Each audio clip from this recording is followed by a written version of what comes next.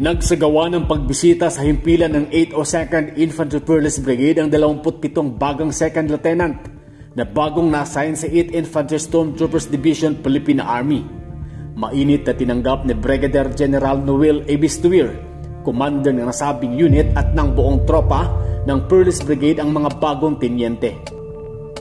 Ang nasabing pagbisita ay parte ng kanilang orientation tour sa buong nasasakupan ng 8th ID Philippine Army. Kaugnay nito ay nagsagawa ng information briefing si Major Dario Amaranto Jr., ang Acting Brigade Operation Officer, patungkol sa situation and operational updates at ang mga significant accomplishment ng 802nd Infantry Fearless Brigade.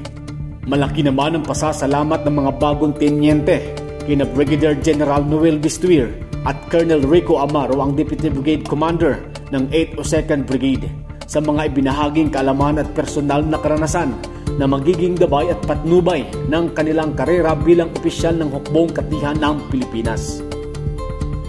Kaugnay nito ay nagsagawa naman ng tree planting activity ang mga bagong tenyente na pinangunahan ni Brigadier General Noel Bistuir.